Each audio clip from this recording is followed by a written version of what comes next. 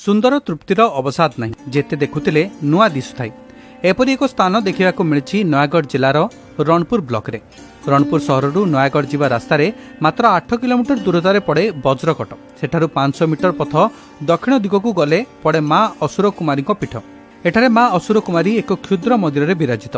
यह स्थानटी कौन पर्यटन स्थली ठारू कम नुहे, जोठारे जंगल पहाड़ घेरा प्राकृतिक सबुजिमा मध्य झरणार कुळुकुळु शब्द पर्यटक मानक आकृष्ट करने सह देवादेवी मानक दर्शन एवं पिकनिक और बनभोजीर मजा नेबा पई वर्षर सबु समय शह शह पर्यटक मानकर एठारे भीड़ लगी रही है।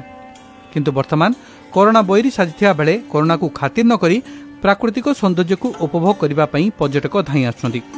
असुर कुमारी पीठ जे एक पर्यटन स्थली हेबा पई उपयुक्त स्थान एथिरे दिमत नाही। एठाकु आसुतिबा पर्यटक माने विभिन्न प्रकार असुविधार सम्मुखीन हेउथिबारु पर्यटकक मनरे असंतोष प्रकाश पाइछि।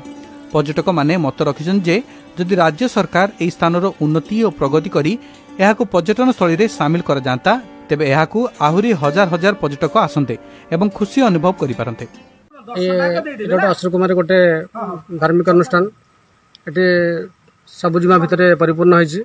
एटा मु गोटे स्थानीय बासिंदा को एही अभियोग करी सरकार को जे एटी एते लोक माने गैदरिंग होछन्ती जोटा कि गोटे आकर्षण स्थल गोटे केन्द्र बिंदु एटा गोटे एटरे जदि जल सुविधा करा जाए तापरे एठी विभिन्न प्रकार गोटे मंडप करा जिवो लोकर जो समागम पई गोटे भल घर गोटे हमर जो कहउछन्ती गेस्ट हाउस टाइप गोटे करा जिवो एठी लोकंकर आहुरी माने पर्यटन बढ़ी जिवे आ स्थानर आहुरी इम्प्रूव मध्य करिवो।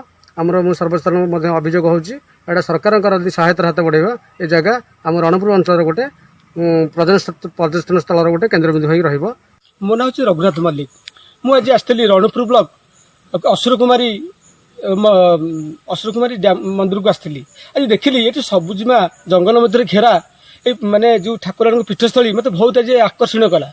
मु पर्यटक स्थली भाव कहबी ये जो मनोरमा दृश्य देखी मत विभोर लगुच। ये लाइट भी अच्छी एटी पानी व्यवस्था भी अच्छी एवं मात्र अफसोस रोचे जदि ये जगह को सुंदर भाव में आलोकन कर रास्ता करा जाए पानी जल व्यवस्था करा जाए ताले एटा पर्यटन स्थल करने मु दाबी करी यही पाइले ये बहुत ही मनोरम कार्यक्रम ये हो पारता।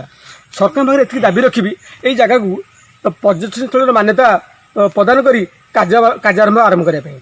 नयागढ़ जिला रणपुर चिरंजीवी दास को रिपोर्ट, महक टीवी न्यूज। महक टीवी न्यूज सत्य जेपरी खबर सही परी।